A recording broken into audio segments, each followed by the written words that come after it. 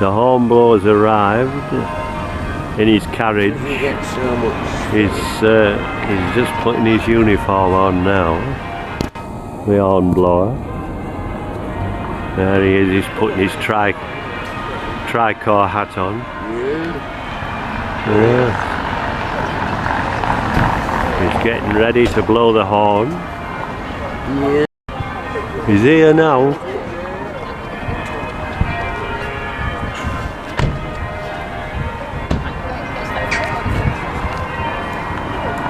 Where is it?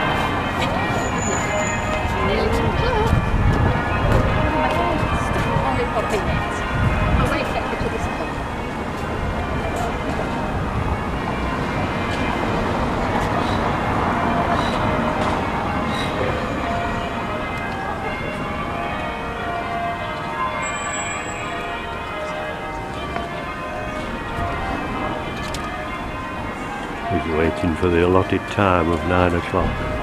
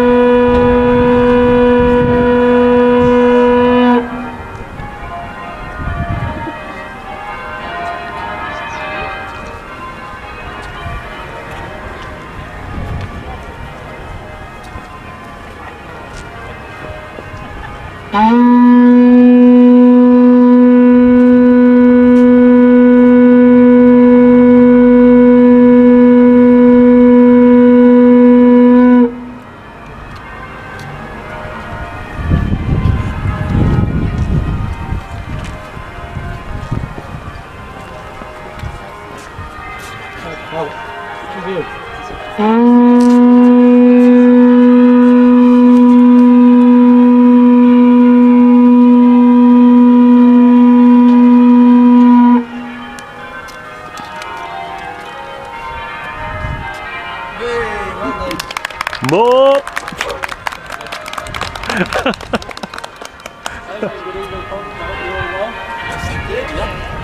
you like to know what that was about? Yes. Yeah, fair enough. Since you're instant. Is this the new horn? Or? This is not the new horn. No. I'll come on to the horns in a minute. What you've just seen there is a little ceremony we do in Ripon. We've done it for a fairly long time. We believe it was the old tradition in the UK, possibly Europe, maybe the world. We're not quite sure. But we've been doing this for about 1,136 years, so we're pretty confident it's pretty old. We first started this in 886. Now back in those days this wasn't a very nice time in England. These were Saxon times and we had been raided by the Vikings a number of years earlier. They had taken pretty much all of the east coast, from southern Scotland all the way down to London. They liked the area, we had good farmland and comparatively good weather, so they were going to stick around. At the time the Saxons though were led by a king called Alfred. You may have heard of Alfred the Great? Yeah? The bloke with the cakes, Exactly, he wasn't a very good cook, was he? But he was a pretty good king. He managed to push the Vikings out of London, push them a bit further north, and eventually settle upon a bit of an uneasy peace for a while. And this meant that the Vikings would leave the south alone, which was a pretty good deal for Alfred, because at the time he was the king of Wessex. But in return, they would keep their lands in the north, a place now that would become known as the Danelaw territories. In 886, King Alfred came upon a small Saxon settlement inside those now Viking borders, a little place at the time known as Ripon. I'll let you guess what that might be called today.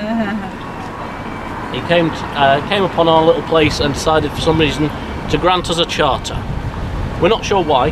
There's two main schools of thought. Firstly, we're only about 20 odd miles away from Jorvik, or York as it's known today, the Vikings' main city. 20 miles that way-ish. Probably a good place for us to keep an eye on what they're up to and send word south. The other school of thought, we were a Saxon settlement and he had just officially made this whole area Viking, might have simply been an apology. Sorry about that, keep being Saxon, thank you very much. Now this wasn't a written charter like we know today. Back in those days, Saxons didn't like using paper for their charters. It was too easy to destroy. We didn't have anywhere good to store it. So instead they used objects most commonly. Swords, shields, helmets and horns. That last one, the form our charter took. I'm sure you can guess that already. Now Ripon wasn't unique in having a charter. A few other towns and cities had charters back in those days, mostly southern settlements. And they would have had their charter object, and they would probably put it on a shelf of some sort with a little plaque that says, "This is our charter object." It's lovely, isn't it? Let's all have a look at it. We were northern. He gave us a horn and we went, "Oh, thanks. You can use that. Let's not waste it." Fair point of view, isn't it? We gave it to a person whose job it was to stay awake, and we decided to call that person the Wake Man, because that described his job very well. He would use the horn to set the watch. He would sound the horn around the settlement as he was going around to let people know he was on his rounds and he can go and sleep safe. He would then patrol until morning, keeping out on the horizon for Vikings. If he saw any, a few sharp blasts on the horn would wake people up and would go and fight them off. It's like an early warning system. And it worked pretty well. We're still here. There's your proof. But that's really how this kind of started. It started as the Wake Man, so going around the town to let people know his watch had started. The Wakeman, again, wasn't unique to Ripon. Most places back in those days would have had someone keeping an eye out, especially times of conflict. Whether or not they called the Wakeman, some people called them a watchman, some people called them a yeoman, some people called them a guardsman, whatever they wanted to call them. Most settlements had someone doing that same job. Over the years, though, as the Vikings became less of an issue, most of those settlements got rid of their wakemen or watchmen or yeomen. They didn't need them anymore. And this is where Ripon took a sharp left turn in history. We decided our wakeman's already up after dark. He's not just keeping an eye out for Vikings. He's keeping an eye out for any troublemakers. Thieves, murderers, muggers, drunkards, you name it, he'll keep an eye out for them. He became a form of early police force for the city. And in that respect, he managed to keep his job, where all the other wakemen and watchmen were being sacked. Over the years, that job evolved. They gained more power, they gained more responsibility, and eventually the wakeman became the most powerful man in the city, responsible for all law and order during the night time and the daytime as well. Their power was kept in check by two things. First, it was a term of office. You were elected by the 12 aldermen of the city, the councillors of the day, to serve a year's term. You would serve 1 year, they'd elect someone else. Now those 12 aldermen learned pretty quickly they could elect one of themselves.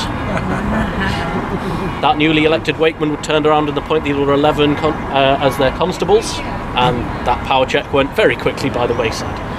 The power check that worked was the other one. While the wakeman was responsible for catching the criminals, they didn't dole out the punishments. Punishments were doled out by the clergy court at Ripon Cathedral, under the watchful eye of the Archbishop of York. And in fact the wakeman himself answered to the Archbishop of York. This worked very, very well for a very long time, up until about 1530 odd, when a guy called Henry decided he didn't like his wife anymore, because they got rid of the Catholic Church. And when they did that, and they made that sweeping change through Ripon and replaced it with the Church of England, they forgot two very key things. First, they forgot to replace the clergy court, and second, they forgot to tell the new Archbishop of York the wakeman was supposed to answer to him. Following that, there's about a 70-odd year period where the wakeman didn't answer to anyone, and I'm sure you see where that goes. It is said during these 70 years, the wakeman and his cronies ruled Ripon with a rod of iron. They were judge, jury and executioner, and they took that role literally. There is a recorded piece of history in about, I think it's the 1565, I believe it is. 300 people were hanged in the space of a month following the rising in the north on what is now known as Gallows Hill, a little bit that way. Yeah. So yeah, literally took that job to heart. They started adding and taking away from their job as they saw fit. They took control. One of the things that probably shows how power mad they went during this period is something they did in the latter part of it. 1598, they wrote a new law for themselves in the town book that said, whomsoever should misuse or bycall the wakeman by the use of slanderous or opprobrious language shall be punished by being locked in the stocks for a day and a night. Lots of big fancy words there, isn't there? Translate that into modern English, it says, don't call us names or we'll lock you up. That's how power mad they went. I think that's more power mad than hanging 300 people in a month, because they were told to hang those people by the Queen at the time. And And in 1598 they wrote that law for themselves: call us names or we'll lock you up. That's fascism right there, isn't it? And that law sparked the end for the Wakemen, because that got to the ears of the Archbishop of York, who realised in all this time the Wakemen should have answered to. There's a bit of a back and forward between the two parties, and a couple of years later, 1604, the Wakeman of the day decides things have gone too far. This guy's called Hugh Ripley. He was a proud Riponian, and he's seen what the post has done to his beloved city, so he says, no, we need things to change. He goes with the Archbishop of York, and they approach the King of the day. This is King James I by this point. King James VI, for anyone who's from north of the wall. And they say, can you help? We want to make things more democratic. Things have gone a bit out of hand. Please help us. King James says, of course I'll help. I'll write a new charter. You'll all do exactly as it says. That's how kings work. And whether or not that's how kings work most of the time, it's certainly how it worked in this instance. Guy Fawkes found out a few years after, you don't argue with King Jimmy. So this was our first written charter for the city. It's about that big. Covered in loads of squiggly writing, big wax seal at the bottom, hangs in the town hall. Quite a nice thing to see.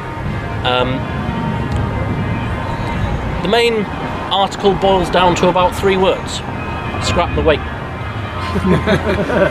That's the idea. The Wakeman's the problem, get rid of it.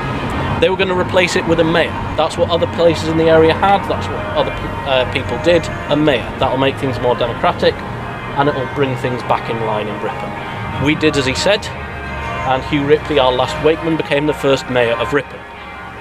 And it's at this point they sit down to discuss what that new role is going to be. And they realise when they're discussing the new responsibilities of the post that without really trying, for about 700 odd years we've kept up the idea of blowing a horn every night in Ripon. And by this point in 1604 it doesn't mean anything. They didn't patrol after darkness. A real police force was put in place in the mid-1500s. It doesn't mean a curfew, it doesn't signify the start of anything. And back in 1604, tourism wasn't a thing until the Victorian era. It meant absolutely no reason. There was no point in doing it, but we just kept doing it. They said, well, do we need to? But it's a bit hard to think when you've done something for 700 years that, we'll just knock it on the head. So Hugh sits there and he goes, no, let's see how long we can keep it going. So that's really what you've got to thank for coming out here. Some idiot in the 1600s going, this'll be a laugh, let's see how long we can keep it up. We thankfully did though, because it rapidly became very much more relevant as time went on. But Hugh didn't want to do it himself. He knew sometimes it's not the nicest job, sometimes it's cold, sometimes it's rainy, and like I said, no tourism back then. There wasn't anyone nice to talk to after. You come out, blow a horn, go home, and possibly at some point get accosted by the town drunk. Not a nice job. So he said, I'm going to employ someone just to do that bit. So the other councillor, okay, Hugh, you're going to employ someone. What are you going to call this new post that you have just invented? Well, he wasn't the most imaginative sorts. So hello folks, I'm the Ripon Hornblower. Simple naming system in Ripon. We have Wakeman Hornblower. It works. It does. We have worked for the mayor since 1604. We will continue to work for the mayor as long as there is a mayor and a hornblower to work for each other. Hugh has a bit more to answer for though. He has a lot to answer for, does Hugh. He didn't trust the first hornblower he hired.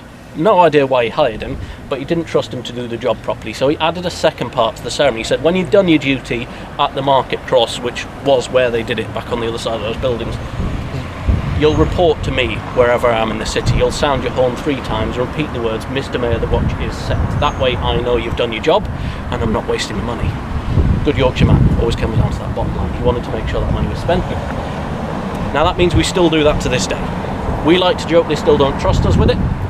Mostly it's because they wrote it in the job description of the hornblower. When they wrote the job description of the hornblower, they wrote that. The hornblower will report to the mayor wherever they are in the city, sound the horn 3 times and repeat the words. Normally that means us going to the mayor's house. And depending on the mayor, we do it in a few different ways. They're the boss, we do it how they want us to do it. Some mayors will make us go up and knock on the door and wait for them to answer. Some mayors will let us just stand next to the lamppost that gets put outside their house. There's a mayoral lamppost, and we stand there, we blow the horn, and I'll pop a head out the window. We did have one mayor who just said, assume I've heard you, it's fine. Shish kebab. But that's only when they're at home, because they wrote in the town book that wherever they are in the city, which means if they're not at home, we have to go and find them. It's not a massive game of hide and seek. We have their diary a week in advance. We know where they're going to be. But that means by this point in Ripon, we have probably been to dinner at every single restaurant in Ripon. We have been to concerts at plenty, at the Ripon Cathedral, at the schools up that way, and the Ripon Operatic Society. We've been to pretty much everything, you name it. If you are at an event within Ripon and the mayor is there and it's about 9:30, 10 o'clock-ish, expect us to show up shortly after. Now, we don't barge in and start shouting, it's my turn here, I am here, and move out the way. We are quite stealthy as hornblowers, despite our appearance. We usually make ourselves known to someone quietly at the back. We wait for someone to tell us, right, you're in between these two songs, or there's an intermission coming up, and that, well, we'll come forward and do our job at that point. We wait for the organisers of that event. Hopefully they know we're supposed to be there. Sometimes they don't. But we wait for the organiser of the event to decide when is an appropriate time for us to do our duty. The third option is when they're not in the city. Because they wrote in the job description wherever they are in the city, it gives us a bit of leeway. So when they're not in the city, instead of following them, we do it at the town hall steps. Now that's the official residence of the Mayor of Ripon and bears the original mayoral lamppost just above the doorway there. And the reasons we do it there rather than follow them are threefold. Firstly, we don't have to. Secondly, they don't want to pay us mileage, and thirdly, we don't want to. If they've gone to Harrogate for a council meeting, I'm not going there and back after I've finished here. I'm going to blow 3 blasts there, I'm going to go home, put my feet up, my job done for the night. Despite the number of times Harrogate Council beg us to turn up, we're not going to do it. They really want a hornblower to come. Tonight is actually the fourth kind of occasion, where I will actually still be blowing at the town hall steps, and the reason for that, despite the mayor being in the city, is because they have asked us to. They are the boss after all, we do it how they want, and the new mayor has said until they get the lamppost put outside their house, do it at the town hall steps. When they get the lamppost put outside their house, that will change, but for the time being we are blowing the town hall steps after we finish. So when I've finished here, I have to report to an empty building that my job's been done. But since 1604, they've not had too many changes. That was the main change in 1604. Wakeman to Hornblower added the second part to the ceremony. After that, remained reasonably stagnant. And I say reasonably, we've had a number of minor changes over the years. Now, when I say changes, I mean specifically to time and location. Most people, when they think of the Ripon Hornblower, they think Ripon Hornblower, 9 o'clock obelisk. That is set in stone. No. It's not always been that way. It's actually been that way for a very short period of time, comparatively. When it first started, it would have just been the setting of darkness. No one had a watch, no one knew what time it was. It gets dark, Wakeman comes out, blows horn. That's how it works. Over the years, that time changed for quite a while. It was 10 o'clock. It was moved earlier during the war years, coincided with blackout, because it would have been a bit of a giveaway otherwise. Where's Ripon? Over there. We were a tented city. We had two army bases, I think, in Ripon. We did not want to give our location away, so we fit with the time frame. Eventually, after the war years, it settled upon 9 o'clock. We wanted a specific time so tourists knew when to come and see us, and, well, the cathedral rang their curfew bell at 9 o'clock, so that'll do. No specific significance to the time other than that'll do, and I think that's a great Yorkshireism right there. That'll do. The location has changed as well. Originally it would have been around the settlement as they walked around the town. For a very long time it was at the old market tross, which was on the other side of those buildings. Nothing remains anymore. And it only moved here in 1702 when they built the obelisk. So there's about almost 1,000 years of tradition before it ever set foot at this site, meaning the obelisk is a modern addition. And nowadays we do the 4 corners of the obelisk to symbolise going around the settlement. And it lasted here mostly ever since 1702. I say mostly because during COVID we also worked from home in what was deemed by one newspaper the world's weirdest work from home job. That is on my CV. We tried to keep it here as long as we could. the first thing we knocked on the head was the speech. We just dropped that entirely, said we're not going to speak to people after, we're just going to come out, do the blasts. We stopped going to see the mayor afterwards. We came out, 4 blasts here, 3 blasts there, straight home. We were still gathering crowds. We put on Facebook, not to gather. We put signs up on the square, not to gather. We told people not to gather. Still, crowds. So the councillors sat down, they said this can't continue. But what is the tradition? The tradition is a horn is blown in Ripon. Not a horn is blown at the obelisk, a horn is blown in Ripon. You all live in Ripon, go on. Quite simple. Now we took that with a pinch of salt, and we thought we can have a bit of leeway here. So we took it upon ourselves to stream it live on Facebook every night. So there's about 18 months worth of videos of us setting the watch from our own back gardens and streaming it live on Facebook every night, and occasionally getting interrupted by my granddad. He interrupted the very first one as well. I was doing a little talk as to why we were doing it from home and why we were going to do it on Facebook, and halfway through he opens the back patio door and goes, "Are you doing the Hornblower?" "Yes, Grandad." We were very proud at that point to be able to keep this going, but we had a very weird retrospective look at that point and felt quite inadequate when we realised we were proud to keep this going by standing in our back gardens and blowing a horn to a phone screen. When we considered the ceremony itself has already seen through 2 world wars, Black Death, Spanish flu, constant war with France, numerous raids from Scotland, not to mention the Vikings. In all that time we've been doing it, we don't know of a single night it's been missed. 1,136 years, pretty impressive.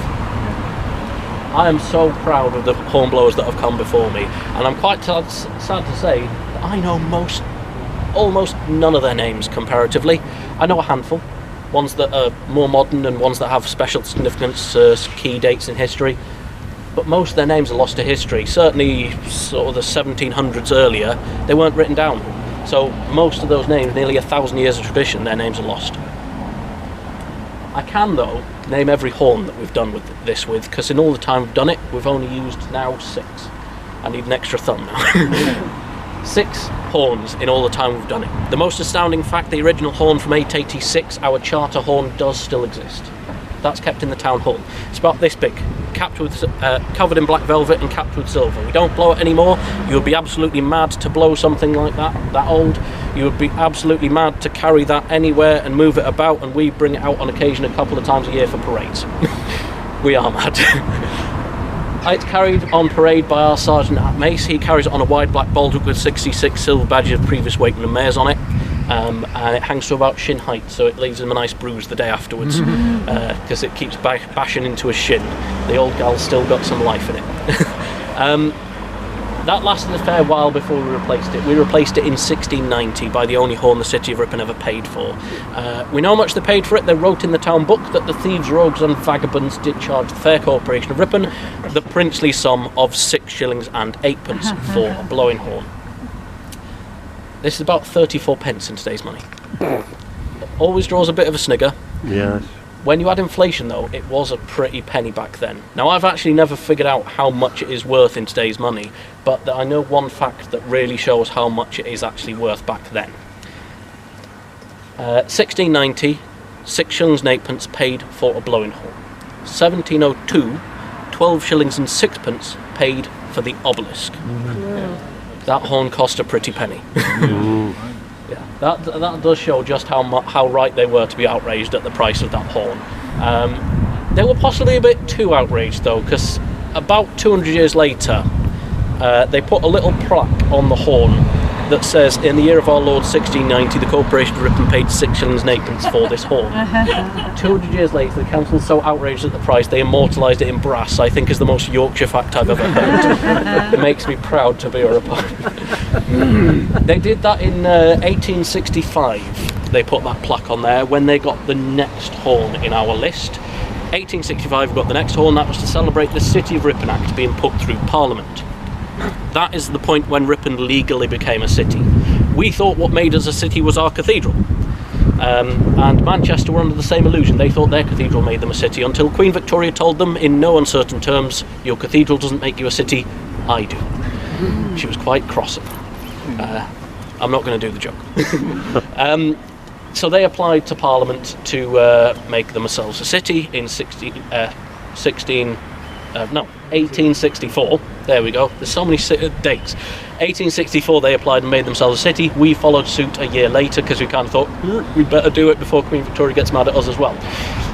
We became a city, and to celebrate, the mayor of the day, a guy called Mr. Ascuff, bought a new horn for the city. It said he bought this specific horn because it was the largest horn he'd ever seen. It's good enough reason, you would believe him. It's an enormous thing. It's about that big by that big. Huge, compare that to this size. Absolutely huge thing. I thought it was the largest horn I had ever seen until we got the newest one in Saturday, a couple of days ago. That thing's even bigger. I'll come on to that in a sec. The next one we got was 1986. That was to celebrate 1100 years of the original charter, given to us by Sigma Antiques, a little antique shop at the bottom of the hill over there. Now, they badly wanted to give us a horn from the Chillingham herd of wild cattle in Northumbria, until they received the horn and realised the horns from that herd only grow to about that big. A little bit small for our purposes, so they put a little fake mouthpiece on it and hung it on a display stand and put a plaque on it, and it's very nice, and they hang it in the town hall. It's quite cute. But they also gave us one for use in the ceremony. Now, we don't know too much about where this specific horn came from. We do know that it was made by a local craftsman, and the design was a rough copy / modernisation of the 1690 horn. It doesn't have the plaque about the price, though. We don't know how much they paid. The only thing the Sigma Antiques will tell us is it cost more than 6 shillings and 8. Whether that's pre or post inflation, I don't know. But that brings me on to my horn. We got this horn in 2019. It was gifted to the city by the outgoing mayor, Pauline Mccarty. This has sort of 2 names. It is officially known as the Mccarty Quest horn. I call it the horn of necessity, because we had 3 hornblowers at the time, and we had 4 hornblowers at the time and only 3 horns in use, so we needed a new horn. Rather than passing one back and forth, especially when COVID was looming just around the corner, we got this right just in time. Now, I'm pretty proud of this horn, even though this is the smallest horn, by a fair margin. I'm fiercely proud of this one because I helped to make it. I was approached by the clerk of the council to try and find a new horn. I went away, found a nice farmer called Ruth over near Moulton, who had a sadly poorly bull due to be put down. And she said, we'd love it if in some way he'd live on through your ceremony. I said, of course he would. And then she said, he lives on elsewhere though, because he's a movie star, is our bull. The idea of a movie star, a bull as a movie star, lost on me. 2016 Dad's Army film, Captain Mannering and the team are chased through a field by an angry bull in the very opening sequence. That's the left horn. So yeah, while the other hornblowers, they carry history slung over their shoulders, I have a movie star strapped behind. That's my claim to fame. But the bull himself, he was named Setrington Quest, which is where the name Mccarty Quest comes from. Pauline Mccarty, Setrington Quest. That brings me on to the latest horn. We got a new horn for the Queen's Platinum Jubilee last weekend. This thing is a mammoth of a horn. I thought the 1865 horn was the biggest horn I'd ever seen. Then I saw this one. It's about that long, and the end of it's about that wide around. It is a huge thing. It's absolutely lovely. It's very nicely polished, and it's got silver fittings with a special platinum Jubilee hallmark on it as well. So that one's going to live for a fair while with quite an importance. That is the 6 horns we use for the ceremony. There is another horn that is visible at all times for the ceremony, but never been used in the traditional never used for the ceremony. Any guess where it might be? Yeah. 93 feet up in the air at the top of the obelisk. Now, way up there is a fleur-de-lis. There is a rowel, which is the spiky part of a spur. Ripon made them in the 1700s and got quite famous for them. And at the very top is a gilded blowing horn. That is a weather vane. It is also a time capsule. It was supposedly sealed in 1889 with 7 gold sovereigns inside of it, to be opened exactly 100 years later. They brought it down 3 years early. They brought it down in 1986. We think they were just a bit gung-ho that year because it was the 1100 year celebrations. They wanted to kind of do everything horn-blowing related in 1 year. So they brought it down and took it into the Wakeman's house on the corner over there to open up. Do you think they found 7 gold sovereigns? Yeah. No. This is Yorkshire. You can't leave money in the street and expect to find it later. Exactly. What they found inside was a bill from the last time it was cleaned. We sealed it back up though. We sealed it up with a set of mourning money the Queen had given us in 1985, some council documents, local paper of the day, and to stick with what is now tradition, a bill for the cleaning as well, has gone back up there for another 100 years. One final point from me. You may have noticed as I finished on this corner I turned and bowed in that direction. It wasn't for your lovely selves. It was specifically... They claim that the historically accurate fact, Hugh Ripley did live at number 36 Marketplace, which is currently the Halifax Bank. I think so, since 1604 the numbers might have possibly changed. Whether or not that's the truth, that building on the square over there is the oldest building on the square. It is the only one that stands even the remotest chance of being around at the time of Hugh Ripley. So as a sign of respect to our last Waveney first mayor, we always turn and bow to that house on the corner, and that includes during COVID. We all turned and bowed from our back garden in that direction. We also do it as a bit of a superstition, because it is said Hugh was a pretty stern man, and he wanted to see this ceremony continue in the right way. So if the horn is not sounded to his satisfaction, his ghostly face will appear at the top attic window, and a calamity shall befall the city. I've never seen it. I've been doing this about 4 years, granted about 18 months of that was at home, so maybe he was proactive during those years. I've not seen him once. The last time I've heard of him being seen was on the 3rd of January 2011. It was a bitterly cold night, and a deputy hornblower who came out, he only lasted about a month in the role before he quit, and this is probably why. He came out, reasonable note on the first corner. Disaster struck on the second though, when the metal mouthpiece of the horn froze to his lips. Ouch indeed. It's very cold. You can see why he quit now, can't you? He came to the third and fourth. He swears on his life that as he turned about he saw the ghostly face at that top attic window. Now, Oh look, he's there, look. yeah. How do they put it in the ghost stories? If he was telling the truth, we'll never rightly know. We might assume he spent a bit too long in the unicorn before he came out, though.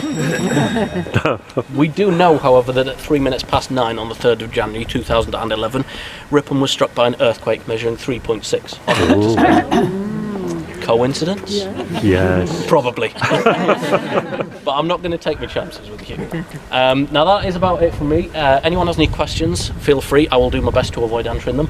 And if you have any pictures, you can take any pictures you want. As you can see, I'm quite used to being on camera. But for now, good night and sleep safe. The watch is set. Thank you very much. Yes, thank you. Anything else? Any questions? No? You get I've paid. done